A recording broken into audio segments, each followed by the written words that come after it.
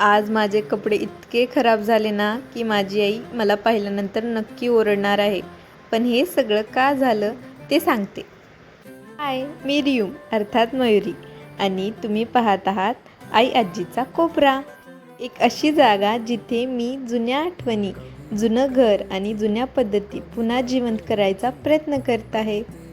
काल मी या भिंतींना मातीने पहिला स्पर्श दिला होता.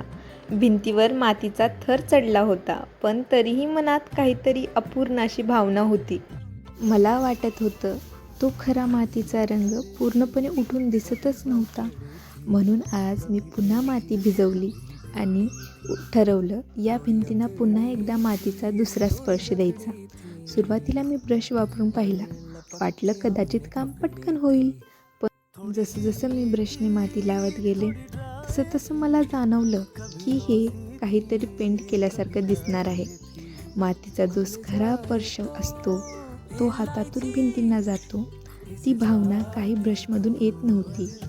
मग मी ब्रश बाजूला ठेवला आणि परत एकदा हाताने भिंतीला माती लावायला सुरुवात केली. हातातली माती, भिंतीवर फिरवणारे ते हात आणि त्या मातीचा सुगंध. क्षणभर असं वाटलं जणू मी पुन्हा त्या जुन्या काळात पोहोचले आहे. पण हे करत करत माझे हात, माझे कपडे सगळं मातीने भरून गेलं. आता खरं सांगायचं तर आई मला या अवस्थेत पाहिल्यानंतर तर ती नक्कीच म्हणणार आहे, मयुरी हे काय करून ठेवलेस तू? खरं सांगायचं तर ही माती फक्त भिंतीवर नाही लागली, तर माझ्या आठवणीवरही लागली आहे. या भिंतीवर अजून एक खास गोष्ट करायची आहे. एक पारंपरिक रंग आणि काही जुन्या स्टाईलची डिझाईन.